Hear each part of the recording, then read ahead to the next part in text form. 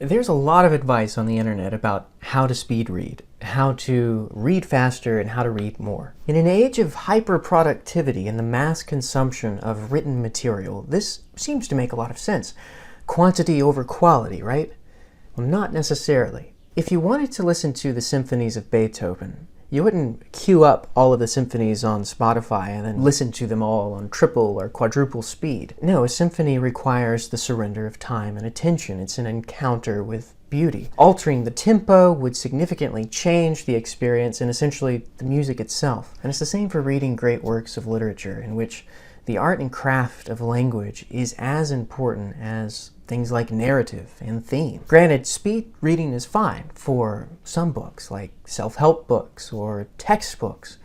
But if you're speed reading Emily Dickinson's poems, or a tragedy of Shakespeare, or even worse, reading Cliff Notes alone and not even bothering with the actual material, then you're better off not reading at all. Great literature invites you to surrender your time and imagination to these works. And if you don't do at least that, you're wasting your time. Research suggests that speed reading is actually not as productive as people make it sound. According to a study published in 2016 by the Association of Psychological Science, there are major trade-offs when speed reading. They concluded that comprehension suffers when you're reading quickly. And they found little evidence that speed reading and comprehension are highly compatible. The study also found that understanding and retention, being able to remember and recall what you've read, suffers when you're speed reading. When it comes to reading literature, quality is better than quantity. And this is why I want to advocate for slow reading. Now, what exactly is slow reading?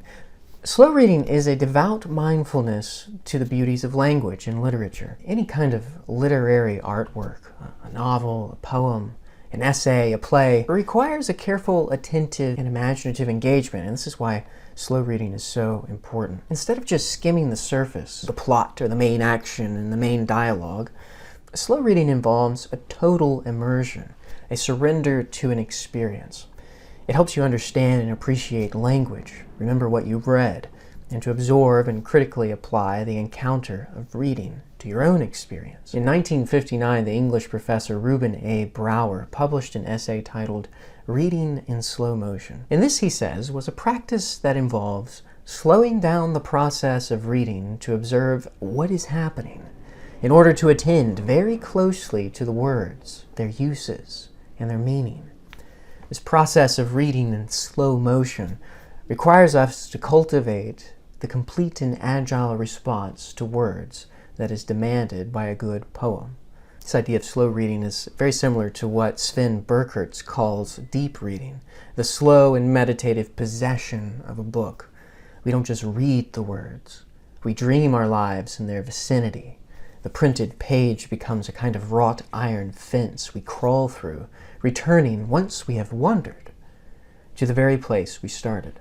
Now, slow reading requires us to read in the same spirit in which the author wrote, or to attempt to. An encounter with a great work of literature, like encounters with human beings, demands something of you. At the very least, your recognition for what it is, and your attention to it.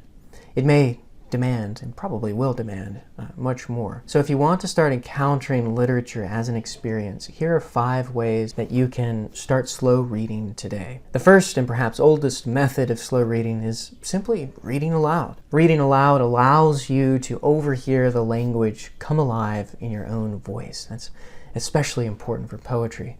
When you read slowly and deliberately, supplying bodily sound to intellectual sense, your voice becomes like a musical instrument. Let me read aloud to you just one stanza from John Keats's poem To Autumn, and just listen to the sounds. Season of mists and mellow fruitfulness, close bosom friend of the maturing sun, conspiring with him how to load and bless with fruit the vines that round the thatch eaves run, to bend with apples the mossed cottage trees, and fill all fruit with ripeness to the core, to swell the gourd and plump the hazel shells with a sweet kernel, to set budding more and still more, later flowers for the bees, until they think warm days will never cease, for summer has o'erbrimmed their clammy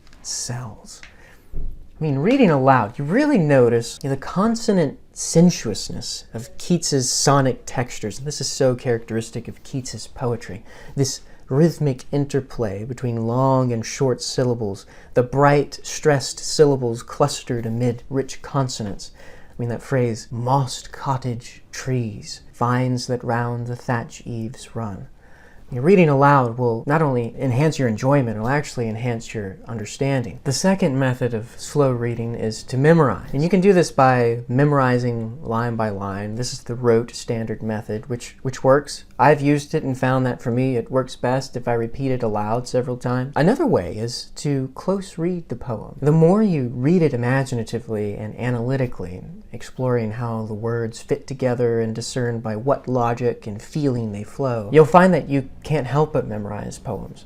It just happens naturally because your repeated visitations have given the literature an inevitability, a sense that it must inevitably be written this way. The words just kind of flow by virtue of habitual acquaintance. The value of this lies in the intimacy you cultivate with the passage itself.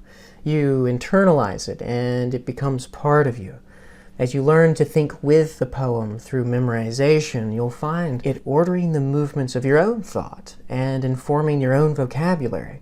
And you'll find that certain lines will return to you in odd hours of your life, sometimes almost redemptively. Now, the third method is copying out literature. And this is an ancient practice going back to when books were handwritten before the printing press. But there's something enriching about copying out poems or books. Thomas à Kempis is said to have copied out the Bible several times during his lifetime. Roman schoolboys used to learn that way.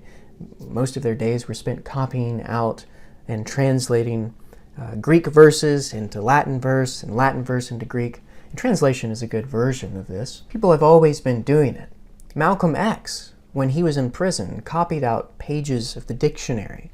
It's all he had, and so he would spend his time learning new words. Benjamin Franklin learned to write by copying out the essays of Joseph Addison's The Spectator. The more recent journalist, Hunter Thompson, typed out entire books, The Great Gatsby and Farewell to Arms, on a manual typewriter, just because he wanted to know what it felt like to write a novel. It's well worth doing because you're training yourself really to write. And as you're thinking about the construction of sentences, you're also internalizing the actual poetry or prose that you're writing. I do this with certain books. I'm copying out Paradise Lost now and Wordsworth's The Prelude. But I tend to recommend only doing this for about 20 minutes a day.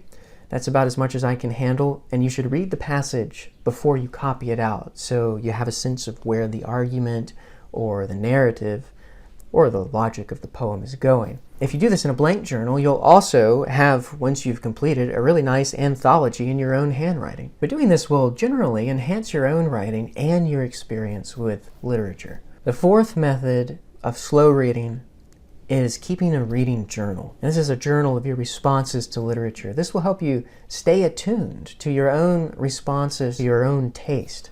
If something strikes you as beautiful, underline it, and then when you're finished reading, come back to it and copy it out in your journal and write about it to yourself. Well, why were these lines beautiful? What accounts for the experience? Was it the arrangement of words in a line, the use of a metaphor, some personal association in your own experience? Keeping a reading journal will help you keep before you those memorable encounters that add value to literary experience and really inform and nourish your own taste.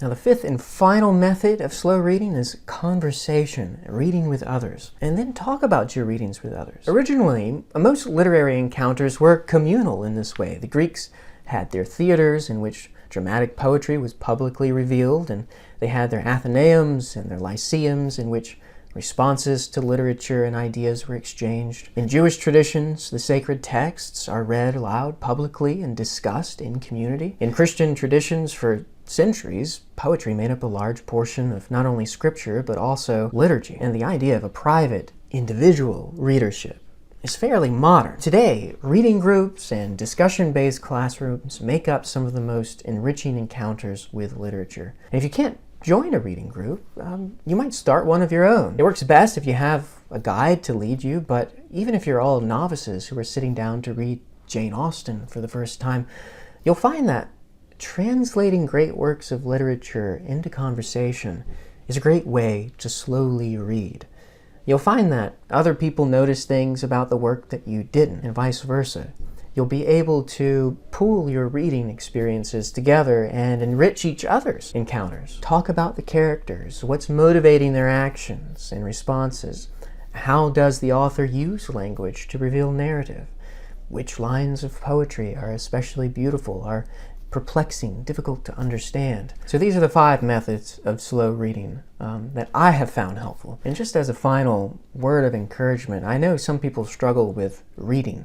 Perhaps you're one of those who wants to read, but can't stay focused for long amounts of time. I think the important thing to remember is that when it comes to works of great literature, it doesn't matter how long it takes you to read Moby Dick or Hamlet or whatever you're reading. What matters is your intellectual, emotional, moral, and imaginative encounter with the work of art. And I think it's worth much more if you spend 2 months slowly reading Wuthering Heights than spending a whole week speed reading everything the Bronte sisters ever wrote. You'll probably find that over time, the more you read and digest, the faster you'll be able to comprehend. And so your reading will naturally speed up anyway. But the main thing to remember is that when it comes to reading literature, the goal isn't to complete a checklist, but to encounter an experience. But are there any other methods that have worked for you that I've left out? Let me know in the comments below. And as always, thanks for joining me, and until next time.